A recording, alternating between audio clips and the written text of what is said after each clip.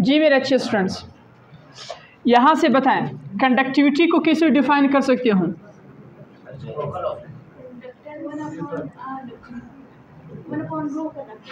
अगर conductance define करोगे तो conductance is the reciprocal of resistance represented by G equals to 1/R। इसका formula क्या होगा बोलो यार, sigma A divided by N। Conductivity is proportional to area. Area ज़्यादा करोगे कंडक्टिविटी ज़्यादा होगी, रेजिस्टिविटी कम होगी। लेंथ को ज़्यादा करोगे, लेंथ बढ़ाओगे तो रेजिस्टिविटी ज़्यादा होगी, कंडक्टिविटी क्या होगी, मतलब कम इलेक्ट्रॉन्स कंडक्ट करेंगे। ये इसका फार्मूला है। और यहाँ से जो है आप निकाल सकते हैं ये constant which is known as the conductivity. समझ आ रही कि नहीं आ रही? Conductivity is equal to the reciprocal of resistivity. Conductivity resistivity की क्या है, रेसिप्रोकल है, उलट है। और चूंकि हम जानते हैं रेजिस्टिविटी का यूनिट है ओहम मीटर, ओहम को ऊपर ले जाए तो ohm inverse multiply by metre inverse. ये समझ आ रहा है कि नहीं आ रहा है? Ohm inverse is known as mho. आ रही बात समझ में कि नहीं आ रही? इसको कहते हैं मुह पर मीटर। खुदा इधर करो, ये मुह पर मीटर हुआ। सही है। ये कुछ बातें हैं जो आपसे शेयर करनी थी, ये साथ में लिख ले फिर। और यहाँ से अगर आप फॉर्मूला निकालना चाहते हैं एल को, इन चीज़ों को इधर शिफ्ट करें, आपके पास आ जाएगा। Next over main topic is about effect of temperature on resistance और resistivity. Second last topic of this chapter, effect of resistivity, effect of temperature on resistivity या रेजिस्टेंस। बच्चों इस टॉपिक को देखो, ये बहुत इंपॉर्टेंट, बहुत ज़्यादा इंपॉर्टेंट टॉपिक है, आगे हमें काम भी देगा।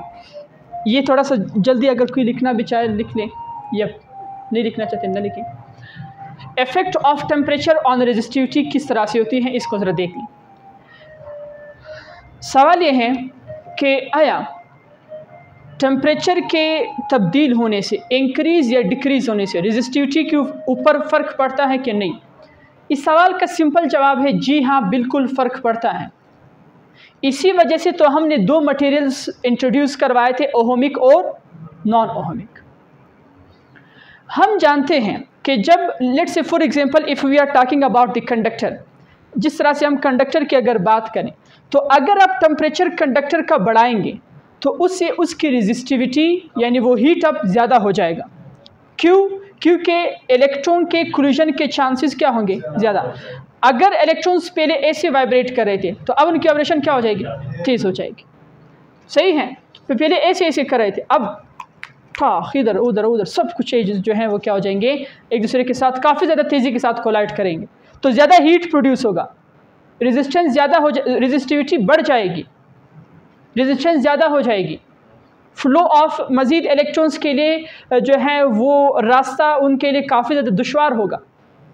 इसलिए हम कहते हैं कि जी हाँ, टेम्परेचर क्या करता है, रेजिस्टिविटी को अफेक्ट कर लेता है। अब सवाल ये है कैसे करता है। थ्योरेटिकल जवाब तो दे दिया, मैथमेटिकल की तरफ आते हैं। Mathematically they are connected with the help of, बोलो, with the help of a formula. कौन सा फार्मूला है? Rho F equals to rho I 1 plus alpha delta T. Memorise this equation, इस इक्वेशन को मेमोराइज करो। मिनट्स में नहीं, ज़्यादा हुआ, सेकंड्स में आप इसको डिराइव कर सकते हो, लेकिन ये ज़हमत आपको देना नहीं चाहता। But however this is your home assignment, इसको घर में जाके इसको आप लोग डिराइव करें। मैंने आपको करवाया था डिटेल में पिछले कोर्सेज के अंदर, आप लोग यहाँ से फिर करें। सही है। चले भाई, यहाँ से बताएं व्हाट इज रो एफ।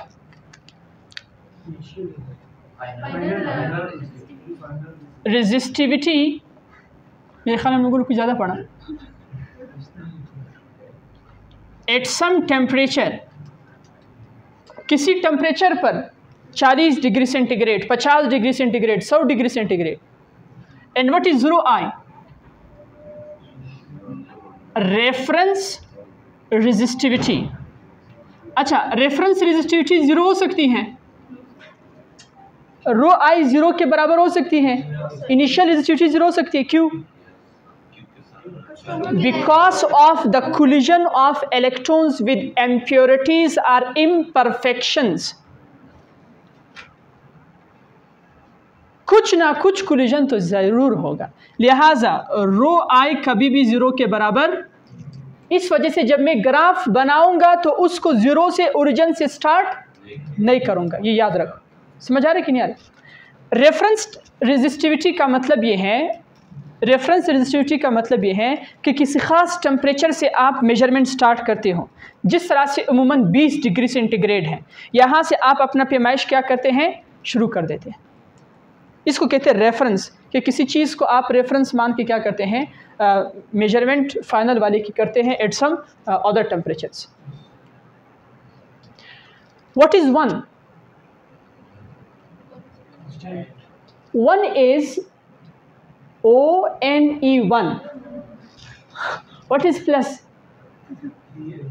जी नहीं नरे को, प्लस इज एन ऑपरेशन, ये एक ऑपरेशन है which aids this term with this term.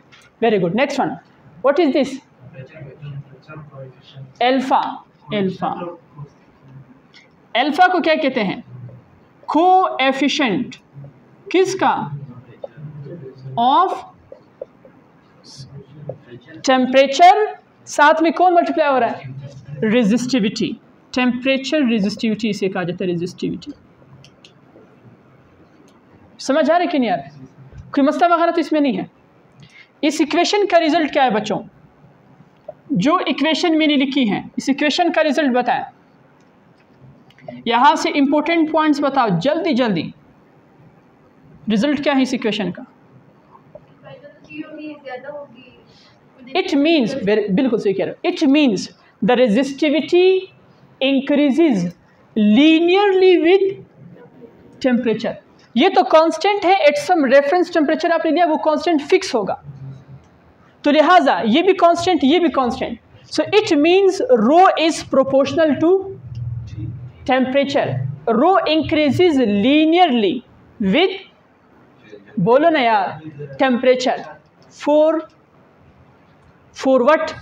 Conductors, conductors के लिए। अभी मैं आऊँगा सिचुएशंस पे, याद रखना है, क्योंकि हमने जो डिराइव किया था, अगर आपको याद हो, डेरिवेशन स्टार्ट कंडक्टर ही से की थी।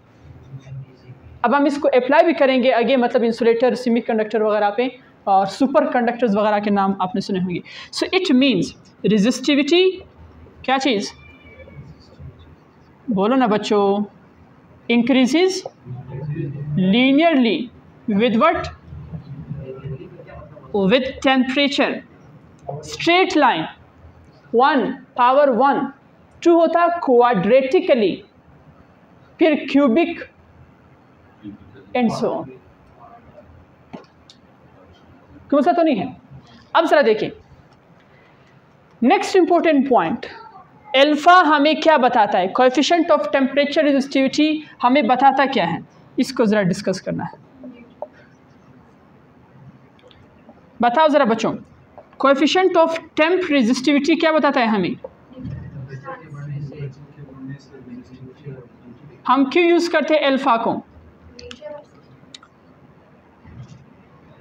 For identification of an element. किसके लिए इस्तेमाल करते हैं? For identification. किसका आइडेंटिफिकेशन? ऑफ एलिमेंट्स या of substances, of materials.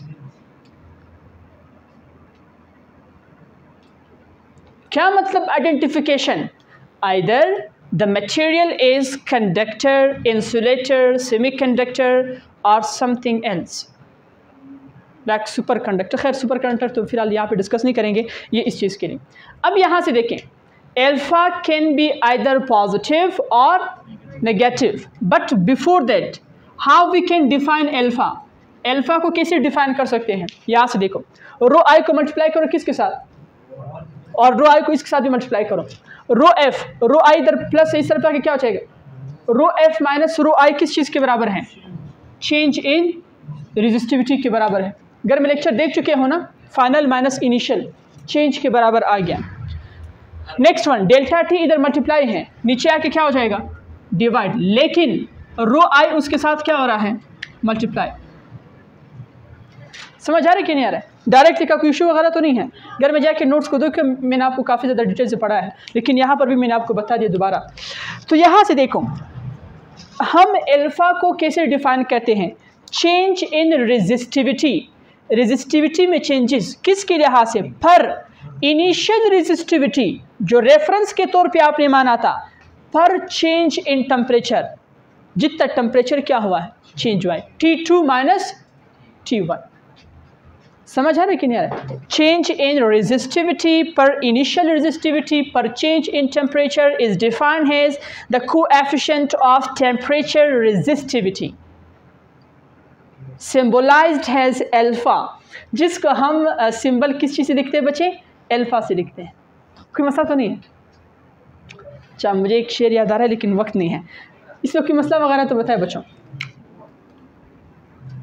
Alpha can B positive और नेगेटिव, ये मिटा दूं?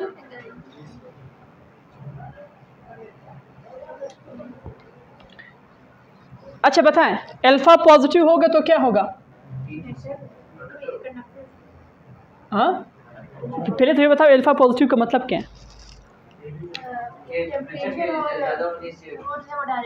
वेल डन, बिल्कुल सही कह रहे हो मेरा अच्छे स्टूडेंट्स। तो हम ये कह रहे हैं इफ मीन्स अगर, वेरी गुड, शाबाश, अगर अल्फा क्या है, पॉजिटिव है, तो फिर क्या होगा, material is identified as conductor. What does it mean alpha is positive? Means resistivity increases with increase in temperature। समझ आ रही कि नहीं आ रही? जिस तरह से अभी सिचुएशन बताया कि कोलिजन वगैरह के चांसेस ज़्यादा होंगे और साथ में वो किसी ज़्यादा हो जाएंगे, टेम्परेचर वगैरह ज़्यादा, मतलब उनके हीट अप ज़्यादा हो जाएगा और रेजिस्टिविटी उनकी क्या हो जाएगी, बढ़ जाएगी। कोई इशू यहाँ पे? बोलो ना यार, कोई इशू नहीं है। Next one, if alpha is, बोलो, negative, the material is insulator और सेमी कंडक्टर।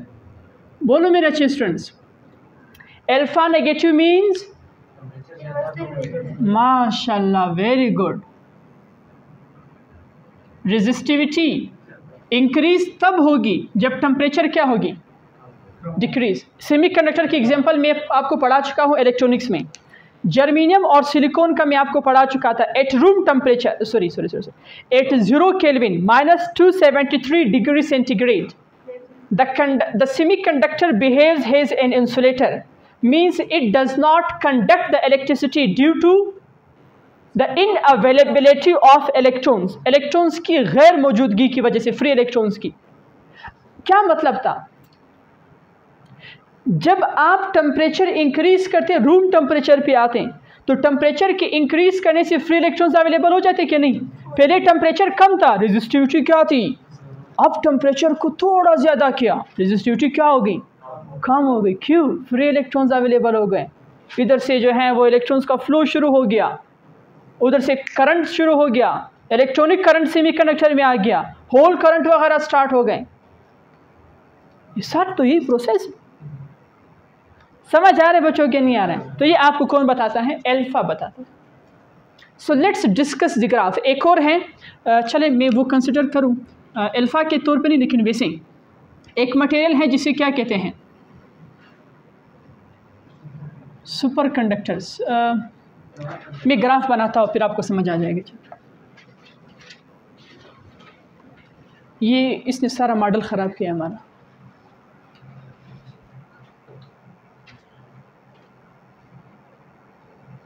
अच्छा मुझे एक बात बताएं आप लोग,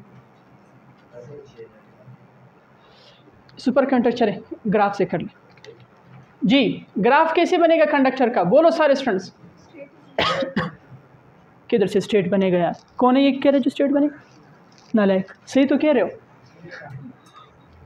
सबसे पहले हम आते हैं किसकी तरफ? कंडक्टर में रो क्या होती हैं? इंक्रीज तब होगी जब कौन इंक्रीज होगा? टेम्परेचर।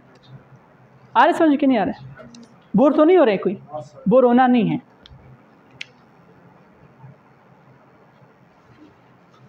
अगर ये दोनों ज्यादा होंगे तो कंडक्टिविटी कम होगी। माशाल्लाह, वेरी गुड बच्चे, बिल्कुल कॉमन सेंस की बात है। रेजिस्टिविटी के ज़्यादा होने से कंडक्टिविटी क्या होगी? कम होगी। सही कहा, वेरी गुड, सॉरी। तो ये आपके पास क्या है? कंडक्टर के वो हैं। अच्छा मुझे बताएं, ग्राफ ओरिजिन के किस हिस्से से शुरू होना चाहिए? क्यों? Well done, well done. यहाँ से शुरू होगा, मतलब कोई भी पॉइंट हो सकता है इधर से जो आपने रेफरेंस माना है। It is represented by rho I and increases linearly. सस्ते पता मतलब सरस इंक्रीज होता है। अच्छा, इसमें कोई इशू तो नहीं है। नेक्स्ट वन हमारे पास क्या है? बोलो यार। सेमीकंडक्टर्स आर इंसुलेटर्स, उनके लिए ग्राफ कैसे बनेगा?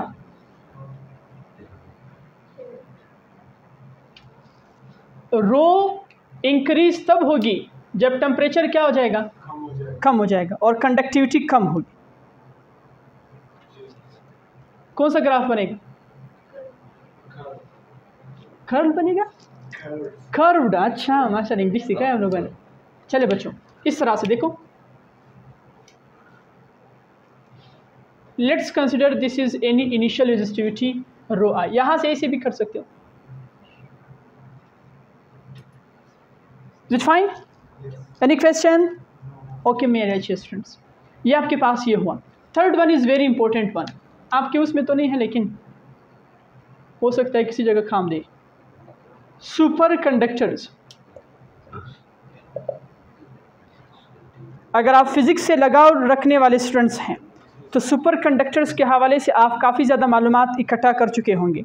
आप हर रोज़ माशाल्लाह जो है वो उस पे क्या कहते हैं, जो आपके पास मटेरियल्स अवेलेबल हैं नेट वगैरह, उनमें हर रोज़ आप फिज़िक्स के नए नए चीज़ें देखते हैं कि कौन कौन सी चीज़ें दरियाफ्त हो चुके हैं, उनमें क्या क्या जो है वो सीन होते हैं, उसके फेनोमेना कैसे हैं। ये तो हर रोज़ माशाल्लाह आप लोग का मामूल है। केमिस्ट्री का भी इस तरह से देखते हो, बायो का भी देखते हो, साथ में टेस्ट की तैयारी भी कर रहे हों और भी इस तरह से जो है अपने आप को आपने स्ट्रॉन्ग किया हुआ है।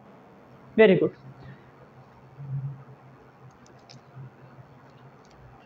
अपने आप को तो आप लोग को पता है ना जी। सुपर कंडक्टर्स क्या होते हैं?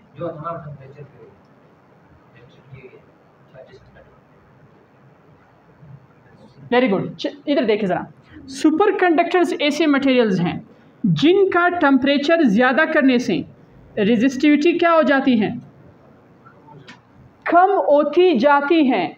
लेकिन एक वक्त ऐसे आता है, लेकिन एक वक्त ऐसे आता है कि at some critical temperatures, specific temperatures, the resistivity becomes zero. That is why they are so called superconductors. कि no resistivity, no रुकावट, no energy losses, no heat losses। ज़्यादा तो नहीं हो रहा है? समझ आ रहे कि नहीं आ रहे भाई? तो ये आपके पास क्या कहलाते हैं? सुपर कंडक्टर्स कहलाते हैं। सुपर कंडक्टर्स कोई हीट लॉस कुछ भी नहीं करता है। हैं ये बिल्कुल अभी इस चीज़ पे मतलब काफ़ी ज़्यादा डिस्कवरीज वगैरह हो चुके हैं।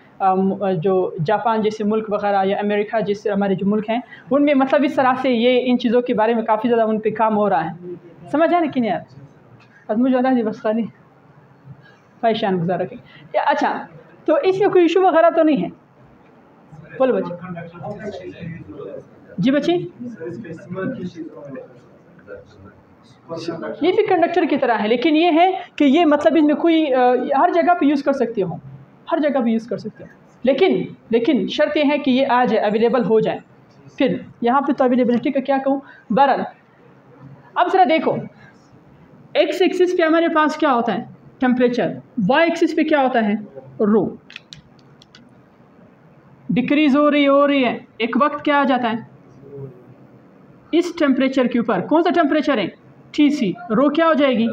0। This temperature is called critical temperature and such material which obeys this graph is known as the super conductors, इसको सुपर कंडक्टर्स का नाम दिया करते हैं फिज़िक्स की दुनिया। अच्छा, इसके आप लोग उस पे जाएँ, क्या कहते हैं, यूट्यूब पे जाए, इसकी एक मतलब अच्छी वीडियोज़ होती हैं, वो वीडियो जिसमें उनका एक एक्सपेरिमेंट दिखाता है। एक ट्रेन होता है, आप उसको चेक करें, एक ट्रेन वगैरह होता है, लिबर्टी ट्रेन भी आप उसको कह सकते हैं, आप उस जाके उसको चेक करें, उसमें मतलब अगर सुपर कंडक्टिंग मटेरियल यूज़ हुआ है तो ये हमेशा के लिए घूमती जाएगी, हमेशा के लिए, कभी नहीं रुकेगी, क्योंकि कोई रेजिस्टिविटी कुछ भी नहीं होता है। इसको लिखें, लास्ट टॉपिक स्टार्ट करते हैं।